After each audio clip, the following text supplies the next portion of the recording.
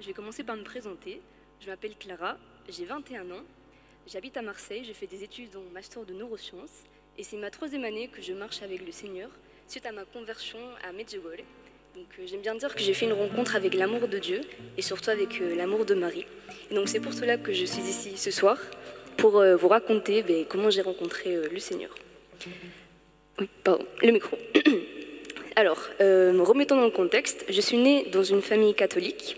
Donc j'ai été baptisée, j'ai fait ma première communion. Mais après ça, j'ai décidé moi toute seule de m'éloigner de Dieu. Donc j'ai commencé à grandir sans Dieu et tout allait bien au départ. Mais petit en petit, je trouvais que je ressentais un grand vide au fond de moi. Et je trouvais ça assez bizarre. C'est comme s'il manquait quelque chose. Et j'essayais un peu de regarder qu'est-ce que la société me disait, que je pouvais, enfin, les choses que la société me donnait pour combler celui dans moi. Il n'y avait rien qui le comblait vraiment. Pardon. Et donc, je sentais aussi que mon cœur s'endurcissait petit à petit, et c'était une sensation très désagréable. Et donc, les années passaient comme ça, jusqu'à ce qu'un jour, ma mère redevienne très croyante. Et elle commence à me parler tout le temps de Jésus. Moi, je me dis, ok, d'accord. Et il commence aussi à me parler de Medjugorje. Donc, cet endroit où Marie, apparemment, s'apparaît à des voyants. Donc, moi, j'y crois pas vraiment. Moi, je suis assez fermée par rapport à la religion. Mais bon, ma mère veut y aller, donc je me dis, il n'y a pas de souci. Elle y va avec son groupe de prière, c'est ok. Sauf que, un jour, elle me dit, non, Clara, je veux que tu viennes avec moi. Je veux que tu viennes à Medjugorje et que tu découvres ce que c'est. Donc moi au départ je dis pas du tout, j'ai pas envie d'y aller, donc non. Donc je me ferme complètement à l'idée, je lui dis que non. Les années passent et arrive le Covid. Et qui dit Covid dit confinement. Donc du coup, moi je voulais juste partir de chez moi. Et donc quand ma mère m'a proposé de partir à Medjugorje en pleine pandémie Covid, j'ai accepté. Et donc c'est comme ça qu'on est parti à Medjugorje en pleine pandémie Covid. Ma mère, ma soeur, ma grand-mère et moi, pardon. Et donc, moi, j'avais déjà l'idée de me dire, j'y vais juste pour partir de chez moi, hein, je ne voulais pas du tout participer aux cérémonies, tout ça. Et c'est marrant, parce que dès la première soirée que je suis arrivée à Medjugorje, du coup, on est allé à l'hôtel où il y avait notre guide, et donc on a dîné avec elle. Et la guide m'a dit, Clara, tu n'es pas ici par hasard, ouvre ton cœur et laisse-toi surprendre.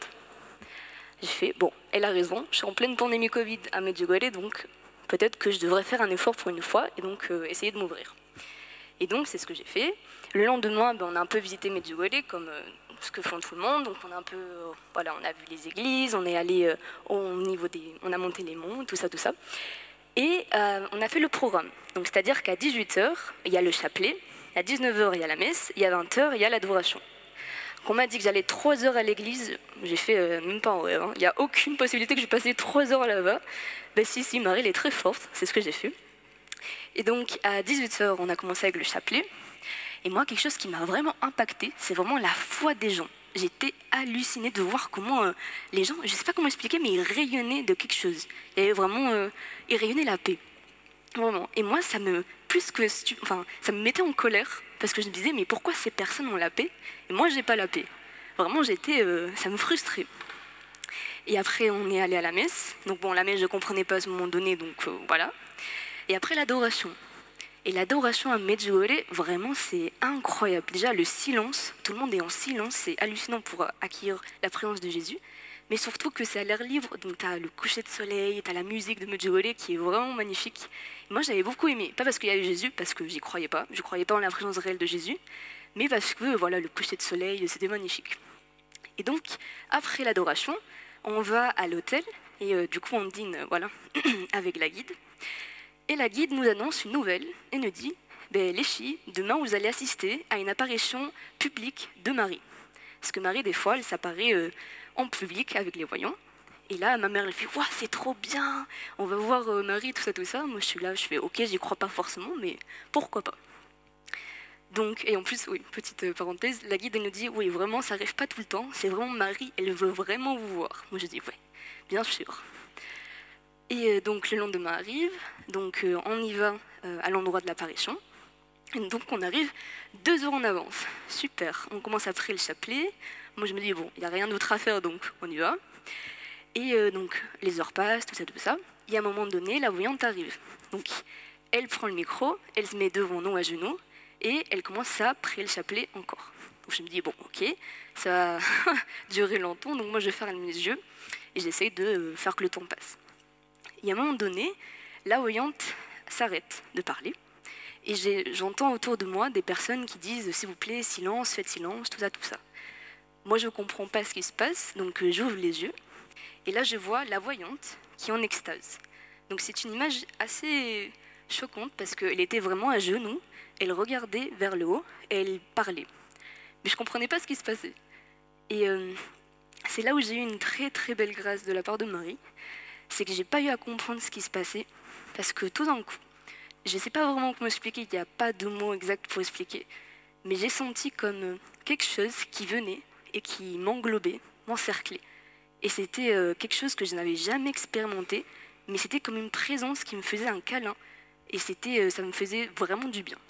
Et je me rappelle que quand ça m'est arrivé, déjà j'étais un peu choquée parce que je ne comprenais pas ce que c'était, je ne savais pas ce que c'était. Et donc c'est comme si le temps et l'espace se sont arrêtés.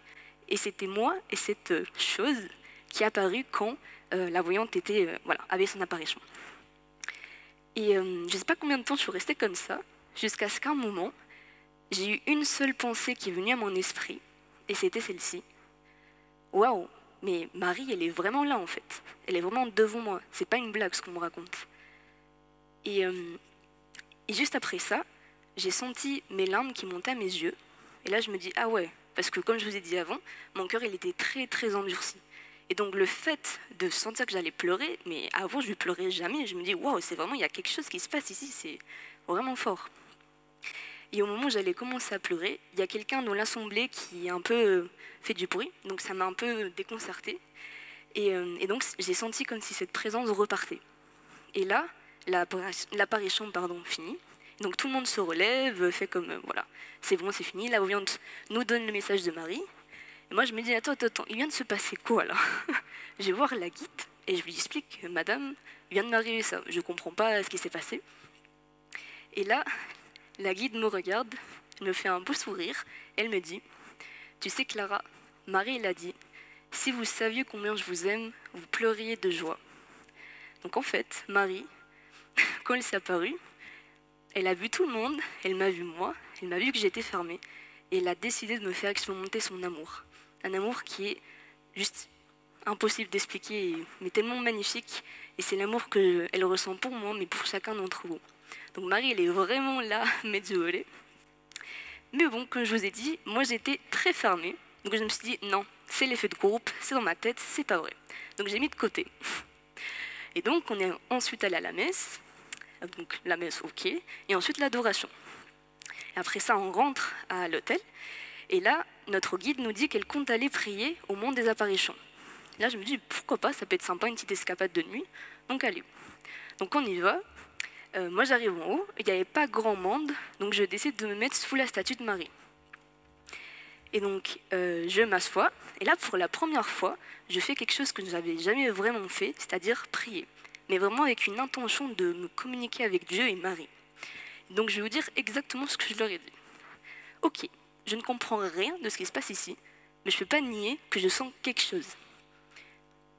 Et si cette chose que j'ai sentie pendant l'apparition vient de vous, ben je dis oui. J'ai juste dit ça. Il ne s'est rien passé, hein. Vraiment je me suis dit, ok, est-ce que je viens de parler d'une statue? Bon, enfin, on ne sait pas, je tente au cas où. Et donc voilà, les jours passent, il ne se passe rien de spécial, jusqu'à ce qu'un jour, on décide de monter l'autre mont, où il y a la croix bleue tout en haut. Donc on y va avec ma famille, moi j'arrive la première tout en haut, et je décide de m'asseoir sur un rocher et d'observer la vue, parce que c'est magnifique. Et là il se passe quelque chose que je ne sais pas pourquoi je l'ai fait, mais je l'ai fait. J'ai pris mes deux mains, je les ai mises sur mon cœur, ici, j'ai fermé mes yeux, et j'ai dit, Jésus rentre dans mon cœur. Je l'ai répété 3 fois. Et au bout de la 3e fois, je me suis levée et j'ai fait « Clara, arrête ça tout de suite. Qu'est-ce qui t'arrive là? Oh, redeviens normal. Ça fait 4 jours que t'es ici, c'est bon. » Mais d'un autre côté, je me dis « Non, mais non, il y a vraiment quelque chose ici. Je ne sais pas comment expliquer, mais je ressens qu'il y a une présence, il y a quelque chose. Jésus, si tu existes vraiment, rentre dans mon cœur. » J'ai dit ça, je suis redescendue. Et c'était le moment de l'adoration. Et moi, j'avais envie d'y aller pour voir le coucher de soleil, voilà.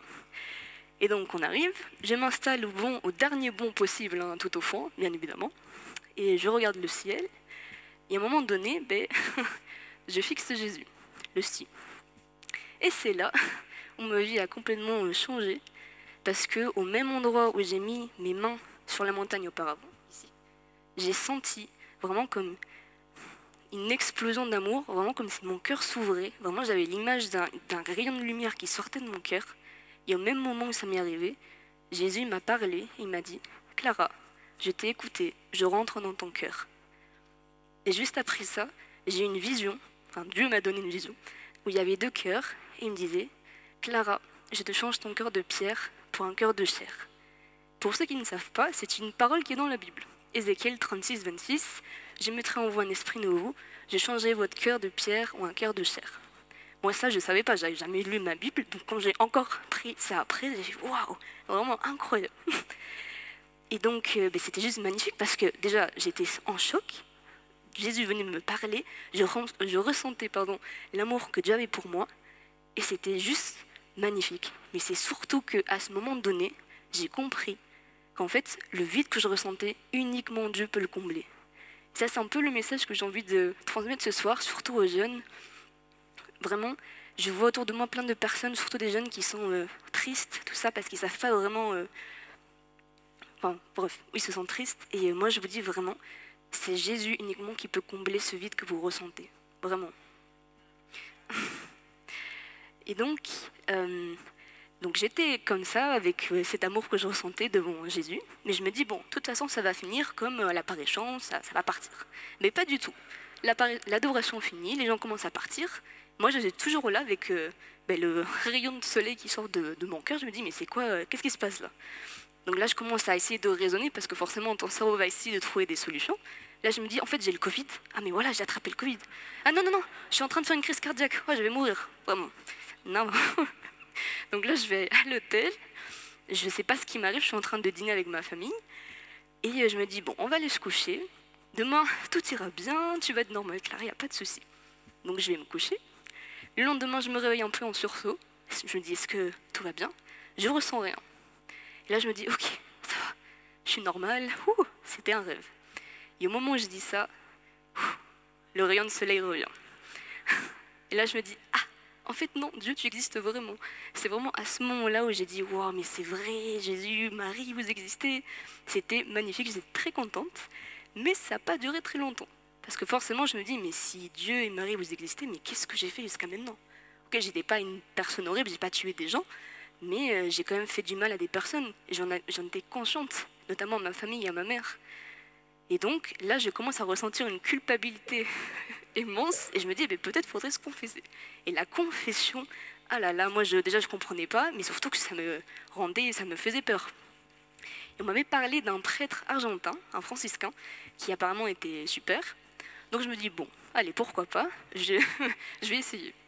Donc je me rends à l'endroit de la confession, donc lui faisait les confessions à l'extérieur. Donc je m'assois sur le banc 1 heure à l'avance, et je commence à pleurer. Mais à pleurer, je me dis, mais d'où sortent ces larmes? Je pense que j'ai pleuré plus en 1 semaine qu'en 1 année. Vraiment, c'était hallucinant. Et en fait, bon, je savais pourquoi je pleurais, hein, parce que moi j'arrive comme ça en mode, ouais, Jésus, vas-y, si tu existes, montre-le-moi. Et Jésus, il m'a réveillé, il m'a fait, mais oui, Clara, c'est la seule chose que je veux, justement, que tu me laisses rentrer dans ton cœur, en fait. Et moi, je me sentais tellement horrible. Et donc, voilà, donc le prêtre arrive, il me confesse. Et voilà, juste après la confession, je me rappelle que je me suis levée et toutes ces culpabilités que je ressentais étaient parties. Et je sentais vraiment cet amour, mais fois 1000. C'était magnifique. Vraiment, je me rappelle, je suis passée devant ma famille, ils m'ont tous regardé. Qu'est-ce qui se passe? Et je suis allée m'asseoir au niveau du premier banc. J'ai sorti mon chapelet et j'ai commencé à prier. Vraiment une transformation directe. Et après ça, je suis rentrée à Madrid et j'ai senti ce rayon de soleil, vraiment l'amour de Dieu pendant 3 semaines. Vraiment 3 semaines, c'était incroyable. Et un jour, ça a disparu. Là, je me dis, oula, qu'est-ce qui se passe? Et Dieu m'a dit, Clara, si tu sentais ma présence tous les jours, tu n'aurais pas besoin d'avoir ta foi. C'est là que j'ai compris que ça allait être un peu plus compliqué que ça. Mais voilà, Dieu fait très bien les choses. Et donc au départ, forcément, quand je priais, quand j'allais à la messe, quand je faisais le chapelet, je sentais cet amour. Et petit à petit, Dieu me l'a enlevé pour que justement, c'est moi toute seule qui prenne l'habitude d'aller vers lui. Parce que c'est pas le ressenti qui compte, mais c'est vraiment le fait de vouloir développer une relation avec Dieu. Parce que c'est là où tu te rends compte que vivre avec Dieu, c'est c'est tellement plus simple. Enfin, pas simple, parce que forcément, qu'est-ce qui se passe quand la routine vient, quand les épreuves arrivent? Des fois, c'est compliqué, surtout, moi, j'ai l'impression des fois d'être à contre-courant, surtout parce que je suis jeune des fois. Et on me dit qu'être jeune et avoir la foi, c'est pas compatible, alors que pas du tout.